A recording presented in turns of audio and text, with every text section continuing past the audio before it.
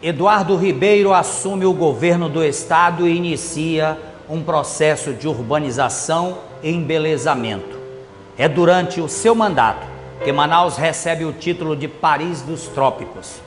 Mas, além de arquiteto, o pensador também foi um grande administrador, que executou mudanças nas cobranças de impostos, educação e reformas na saúde pública.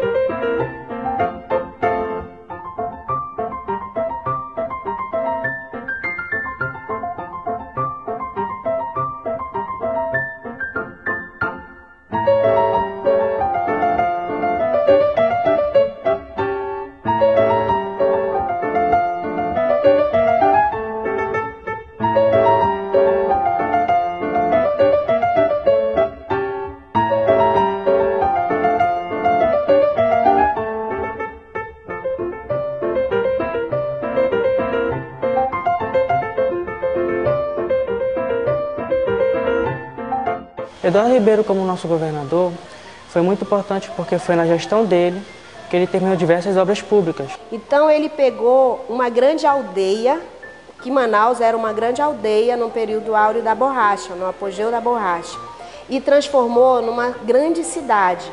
Foi justamente dentro de uma selva construir o maior teatro de relevância e importância daquela época, não só para Manaus, mas como o resto do Brasil.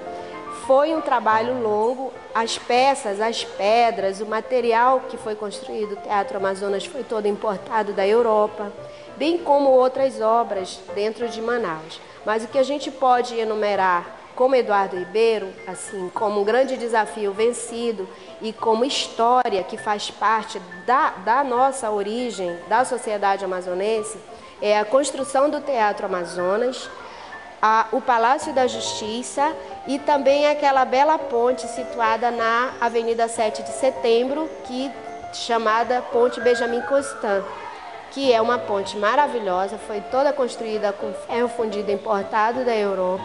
Então, assim, o contexto de Eduardo Ribeiro, historicamente, para a gente, é de relevância muito grande. Eduardo Ribeiro também foi responsável por trazer energia elétrica para Manaus. Foi uma das primeiras cidades da América Latina a ter esse tipo de serviço. Por causa dessas obras que Eduardo Ribeiro fez, Manaus recebeu o título de Paris dos Trópicos. Foi neste escritório que Eduardo Ribeiro planejou a execução de muitas obras. Aqui, ainda encontramos materiais originais utilizados nas construções, como pedras destinadas ao calçamento de avenidas, telhas e vitrais importados da Europa. O processo de urbanização e embelezamento serviu de moldes para as obras de outras cidades do Brasil. E, até os dias atuais, são símbolos de Manaus.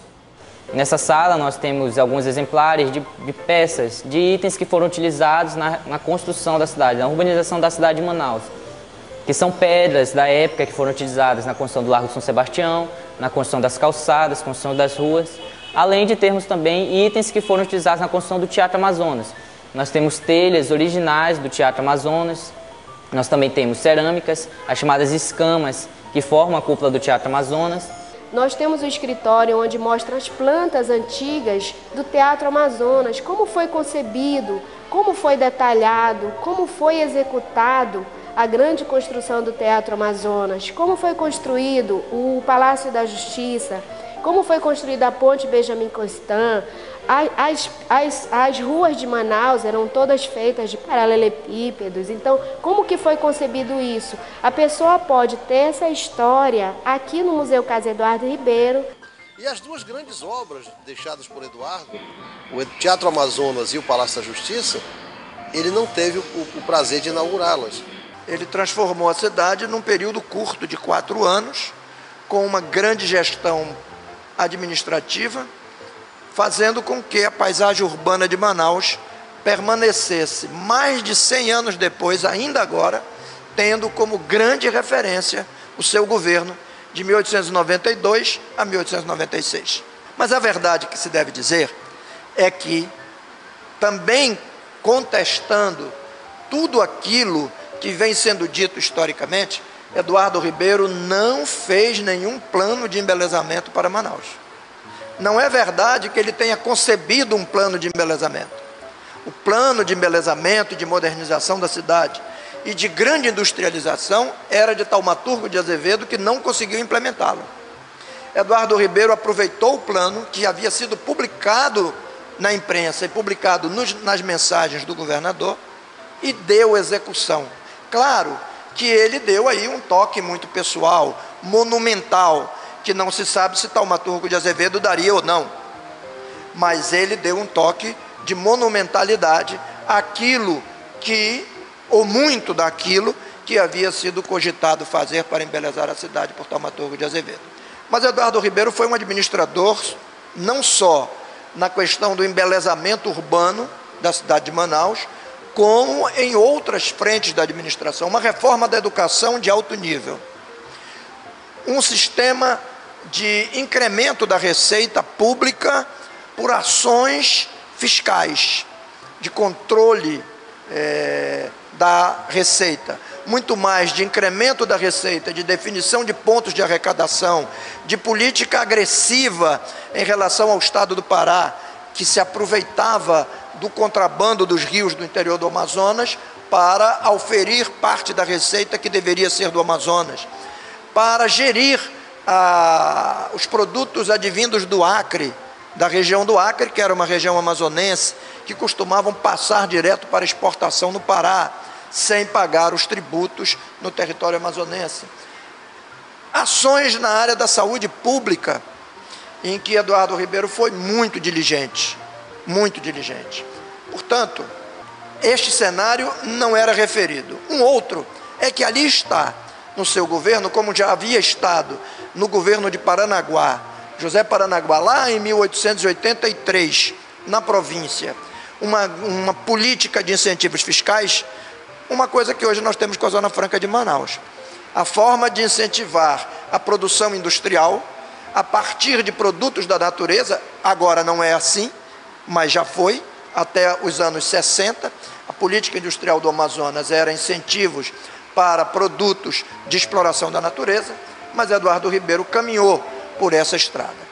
E Eduardo, aqui foi também, no final do seu mandato de 4 anos, foi eleito senador pelo Amazonas, mas isso é outra história também. Ele chegou a tomar posse, depois teve a sua posse anulada, enfim, houve lá umas artimanhas dessa coisa essas querelas pós-eleição, e ele findou perdendo o mandato e ficou muito poucos dias, eu nem sei sequer chegou a assumir. E o mandato foi exercido pelo médico Dr. Jonatas Pedrosa, com quem disputou a eleição para senador. E Eduardo, para a escolha de seu sucessor, optou pela figura de Fileto Pires. Naquela época, a eleição indireta pelo Congresso ficou conhecido como Congresso Foguetão, porque o Congresso iniciava suas atividades com uma salva de fogos, e era ao meio-dia. Mas para que os adversários não tivessem tempo de chegar nas suas charretes ou cavalos, ou mesmo a pé até o Congresso começou os seus trabalhos antes do meio-dia, salvo engano, às 10 da manhã. Então aquela história que Manaus, 10 horas já foi meio-dia. E aí quando os adversários chegaram já havia acontecido. E foi eleito Fileto Pires e Ramalho Júnior de vice.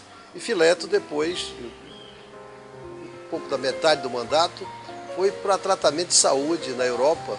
Naquela época era a opção, e só tinha um navio, era uma viagem longa. E nisso aí, nos papéis que ele deixou assinado, também ficou a sua renúncia, coisa que ele morreu dizendo que não renunciou.